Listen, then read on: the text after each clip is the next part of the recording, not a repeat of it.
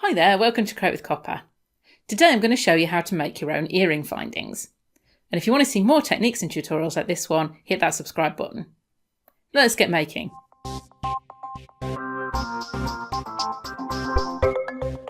The great advantage of making your own earring findings is that you can make the design and shape exactly how you like them, and even match them with the earring design.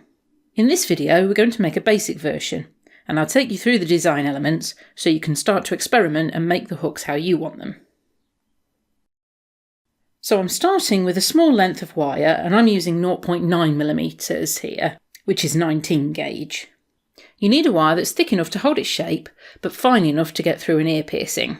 So it's worth experimenting, but somewhere between 0.8mm and 1mm should be okay, which is 18 to 20 gauge. And taking a look at the finished hook, we're going to start where you hang the earring elements. Generally this will be a small loop, so I'm going to make this with my round nose pliers. You can also make a larger loop to accommodate whatever you're hanging. And in these earrings I've made a large loop to work with the horseshoe link. I'm going to centre this loop, and then the wire will head straight up. The next section is where you can decide on embellishments. Often hooks will have a small bead and a coil, so that's what I'll do here. But you could have just one of these elements, keep it plain, or even use a fancy bead or one matching your earring. Don't forget though that this section will still be touching or close to the earlobe, so you don't want too much bulk. So I'll thread on the bead,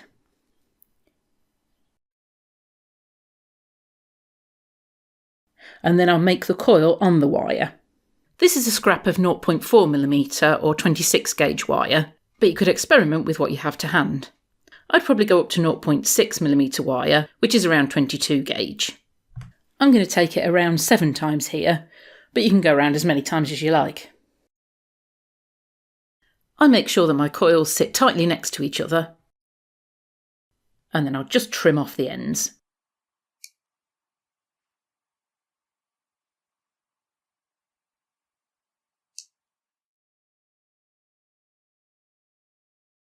Then use my flat nose pliers to make sure it's all sitting tightly to the base wire.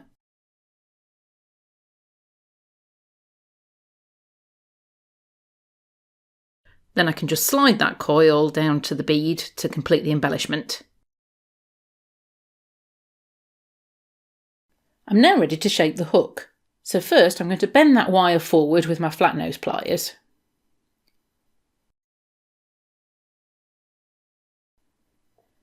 It's not quite at 90 degrees to where the coil is.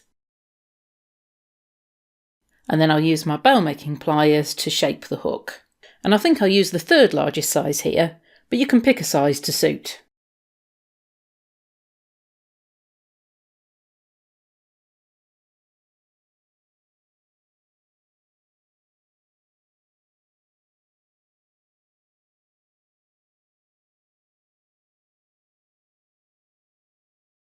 Then to make the tail section, I need to decide the length.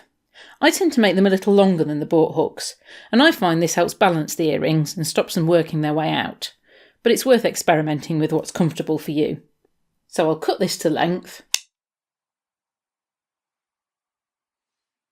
and then just kick out the end slightly.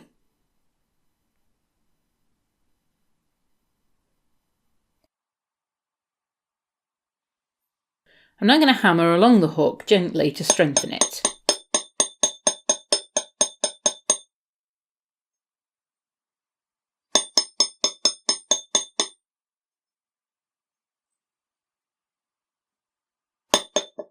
This can also be used as a design element, but just be careful where you're flattening, and remember it's got to go through the ear piercing. I'll just do the front section here.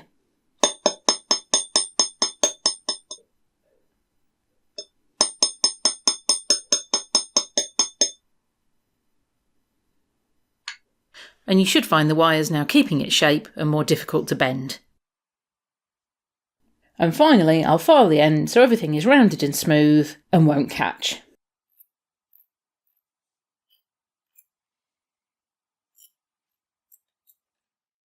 And that's the ear hook done. And to get 2 matching earrings, I'll do each stage at the same time with another piece of wire.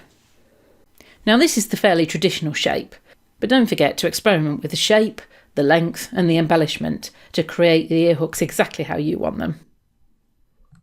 I hope you enjoyed the video. If so, please press that like button below. And don't forget you can subscribe to my channel and head over to my website for more hints, tips and projects.